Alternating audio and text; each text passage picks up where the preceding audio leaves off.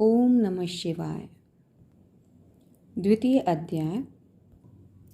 शिव पुराण के श्रवण से देवराज को शिवलोक की प्राप्ति तथा चंचुला का पाप से भय एवं संसार से वैराग्य। इस अध्याय में शौनक जी कहते हैं, हे सूत जी, आप धन्य हैं, परमार्थ तत्व के ज्ञाता हैं। आपने कृपा करके हम लोगों को यह बड़ी अद्भुत एवं दिव्य कथा सुनाई है। भूतल पर इस कथा के समान कल्याण का सर्वश्रेष्ठ साधन दूसरा कोई नहीं है। यह बात हमने आज आपकी कृपा से निश्चयपूर्वक समझ ली। हे सूत जी, कलयुग में इस कथा के द्वारा कौन कौन से पापी शुद्ध होते हैं, उन्हें कृपापूर्वक बताइए और इस जगत को कृतार्थ कीजिए। सूत जी बोले, मुने, जो मनुष्य पापी, दुराचारी, खल तथा काम क्रोध आदि में निरंतर डूबे रहने वाले हैं, वे ही इस पुराण की श्रवण पठन से अवश्य शुद्ध हो जाते हैं। इसी विषय में जानकार मुनि इस प्राचीन इतिहास का उदाहरण दिया करते हैं, जिसके श्रवण मात्र से पापों का पूर्णतया नाश हो जाता है। पहले की बात है, कहीं किरातों के नगर में एक ब्राह्मण रहा करता था, जो ज्ञान में अत्यंत दुर्बल, दरिद्र, रस बेचने वाला तथा वैदिक धर्म से विमुख था। वह स्नान संध्या आदि कर्मों से भ्रष्ट हो गया था और वैश्यवृत्ति में तत्पर रहता था। उसका नाम था देवराज। वह अपने ऊपर विश्वास करने वाले लोगों को ठगा करता था। उसने ब्राह्मणों, क्षत्रियों, वैश्यों, शूद्रों तथा दूसरों को भी अनेक बहानों से मारकर उनका धन हड़प लिया था, परंतु उस पापी का थोड़ा सा भी धन कभी धर्म के काम में नहीं लगा।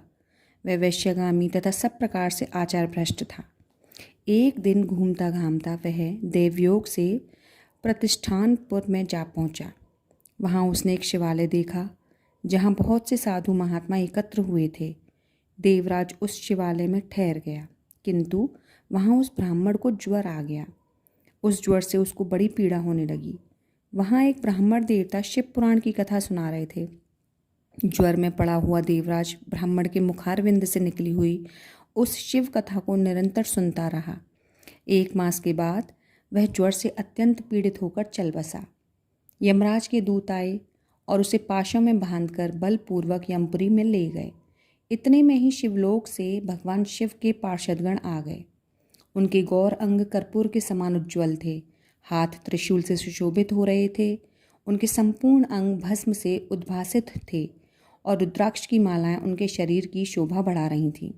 वे सब के सब क्रोधपूर्वक यमपुरी में गए और यमराज के दूतों को मार पीट कर बारंबार धमका कर उन्होंने देवराज को उनके चंगुल से छुड़ा लिया और अत्यंत अद्भुत विमान पर बिठाकर जब वे शिवदूत कैलाश जाने को उद्यत हुए, उस समय यमपुरी में बड़ा भारी कोलाहल मच गया।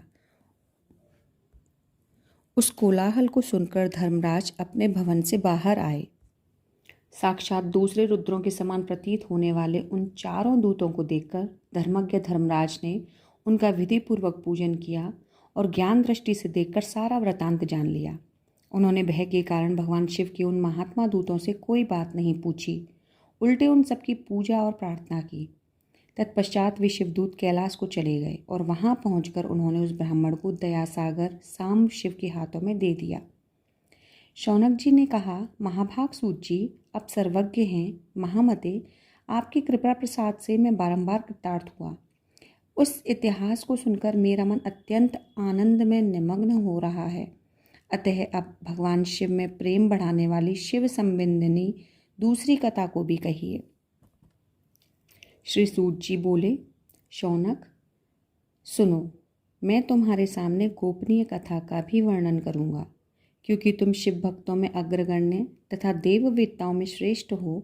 समुद्र के निकटवर्ती प्रदेश में एक वाशकल नामक ग्राम है, जहाँ वैदिक धर्म से विमुख महापापी द्विज निवास करते हैं। वे सबके सब बड़े दुष्ट हैं। उनका मन दूषित विषय भोगों में ही लगा रहता है। वे न देवताओं पर विश्वास करते हैं न भाग्य पर। वे सभी कुटिल वृत्ति वाले हैं। किसानी करते और भांति भांति के घातक अस्त्र शस्त्र रखते हैं। वे व्याभिचारी और खल हैं। ज्ञान, वैराग्य और सद्धर्म का सेवन ही मनुष्य के लिए परम पुरुषार्थ है, इस बात को वे बिल्कुल नहीं जानते हैं। वे सभी पशु बुद्धि वाले हैं। अन्य वर्णों के लोग भी उन्हीं की भांति कुत्सित विचार रखने वाले, स्वधर्म विमुख एवं खल हैं। वे सदा कुकर्म में लगे रहते और नित्य विषय भोगों में ही डूबे रहते हैं। वहाँ की सब स्त्रियां भी कुटिल स्वभाव की, स्वेच्छाचारिणी, पापासक्त, कुत्सित विचार वाली और व्याभिचारिणी हैं। वे सद्व्यवहार तथा सदाचार से सर्वथा शून्य हैं। इस प्रकार वहाँ दुष्टों का ही निवास है। उस वाशकल नामक ग्राम में किसी समय एक विंदुग नामधारी ब्राह्मण रहा करता था। वह बड़ा अधम था, दुरात्मा और महापापी था। यद्यपि उसकी स्त्री बड़ी सुंदरी थी, तो भी वह कुमार्ग पर ही चलता था। उसकी पत्नी का नाम चंचुला था। वह सदा उत्तम धर्म के पालन में लगी रहती थी, तो भी उसे छोड़कर वह दुष्ट ब्राह्मण वैश्यागामी हो गया था। इस तरह को कर्म में लगे हुए उस बिंदुक के बहुत वर्ष व्यतीत हो गए। उसकी स्त्री चंचुला काम से पीड़ित होने पर भी स्वधर्म नाश के भय से क्लेश सहकर भी दीर्घ काल तक धर्म से भ्रष्ट नहीं हुई, परंतु दुराचारी पति के आचरण से प्रभावित हो आगे चलकर वह स्त्री भी दुराचारिणी हो गई। इस तरह दुराचार में डूबे हुए उन मूढ़ चित्त वाले पति पत्नी का बहुत सा समय व्यर्थ बीत गया। तदनंतर शूद्र जातीय वैश्या का पति बना हुआ वह दूषित बुद्धि वाला दुष्ट ब्राह्मण बिंदुक समयानुसार मृत्यु को प्राप्त हो नरक में जा पड़ा। बहुत दिनों तक नरक के दुख भोगकर वह मूढ़ बुद्धि पापी विंध्य पर्वत पर भयंकर पिशाच हुआ। इधर वह दुराचारी पति बिंदुक के मर जाने पर वह मूढ़ हृदया चंचुला बहुत समय तक पुत्रों के साथ अपने घर में ही रही। एक दिन देवयोग से किसी पुण्य पर्व के आने पर वह स्त्री भाई बंधुओं के साथ गोकर्ण क्षेत्र में गई। तीर्थयात्रियों के संग से उसने भी उस समय जाकर किसी तीर्थ के जल में स्नान किया। फिर वह साधारणतया बंधुजनों के साथ यत्र तत्र घूमने लगी। घूमती घामती किसी देव मंदिर में गई और वहाँ उसने एक दैवज्ञ ब्राह्मण के मुख से भगवान शिव की परम पवित्र एवं मंगलकारिणी उत्तम पौराणिक कथा सुनी।